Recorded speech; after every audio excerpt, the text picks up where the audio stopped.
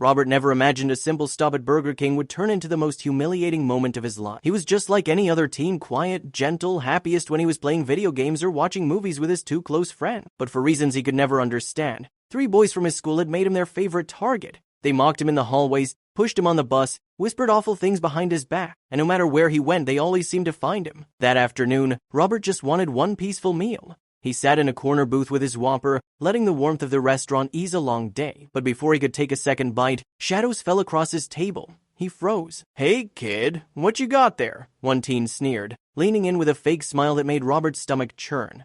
"Leave me alone," Robert snapped, louder this time, but his voice trembled. The boys laughed, not the playful kind. This was sharp, cruel, practiced. One grabbed Robert's drink and tipped it over, letting the soda spill all over his food. Another slapped the table hard, making Robert flinch. But what Robert didn't know was that someone was watching. A man sitting alone at a nearby bench had noticed everything, every shove, every insult, every dark look from the bullies. He narrowed his eyes, studying them, his jaw tightening when the boys grew bolder. When one of the teens raised his hand as if about to shove Robert, the man finally stood. His chair scraped loudly against the floor, turning every head nearby. He walked straight toward the table, his expression unreadable but fierce.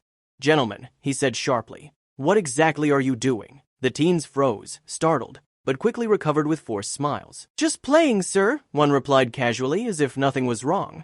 The man didn't buy it for a second. From where he stood, it was obvious this wasn't play. It was torment. Mean, targeted, merciless. "You really think your parents would be proud watching you do this?" he asked, his voice low and stern.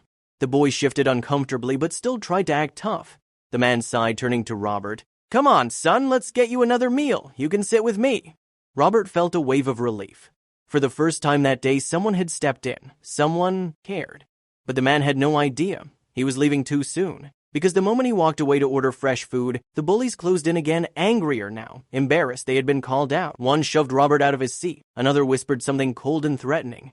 And all around them, customers pretended not to see. Robert lay on the floor, humiliated, trying desperately not to cry. He felt invisible, abandoned, hopeless, until a voice cut through the chaos. "Hey, are you okay?" A woman stood across the table, eyes locked on Robert, her expression filled with genuine concern. Robert looked up, stunned that someone else was finally paying attention. The woman stepped closer, placing her food tray down as if she didn't have a single doubt about what she was doing.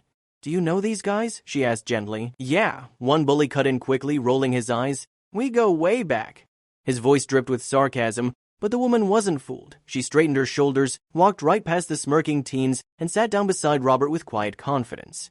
"This feels better," she said warmly, sliding her fries toward him. "I was getting lonely, eating alone anyway."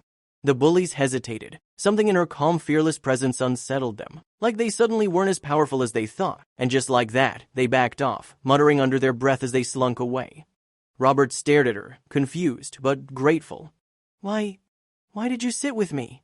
he whispered. "Because someone needed to," she replied simply. What neither of them knew was that they were being watched too. Hidden cameras had been recording everything. Robert's bullying, the reactions of customers, and the moments of kindness and silence. It was all part of an experiment created by Burger King and the anti-bullying group No Bully.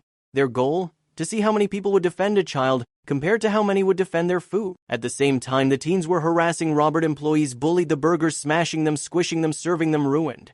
The results were shocking. Only 12% of the customers stood up for Robert, but 95% complained about their damaged burgers. People cared more about a sandwich than a suffering child. When the video was released online, it exploded with millions of views. Viewers were horrified and moved. Suddenly, people everywhere were talking about bullying in a new light. About the cost of silence. About the importance of stepping in, even when it feels uncomfortable. Robert didn't know he'd become the center of a viral movement. All he knew was that one stranger's courage, one woman choosing kindness, had changed his entire day. And maybe the world needed that reminder too.